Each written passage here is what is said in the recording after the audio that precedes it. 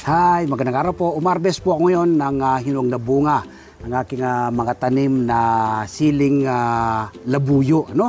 Na pawang nakatanim po sa mga bote ng mineral water. After 2.5 months ko po silang maitanim sa bote.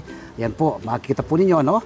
Hindi po hitik eh. Hitik na hitik po yung bunga. Yan po, grabe yung bunga, oh, pulpak po. Yan, oh. Yan. Ito. Yan po, makikita po ninyo, oh, yung bunga, oh. Sa mga bote lang po yan ng mineral water na katanim, ano? Tapos yung banda ron po na katabi niya ay mga hinog na po yan, ano? Diyan po natin sila ating inarbesan. So, nakaraan pong tawad umabot po sa 1,200 per kilo ng siling labuyo, ano?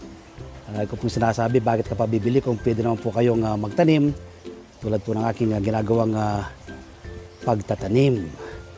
Yan. Tanim din po kayo, ha.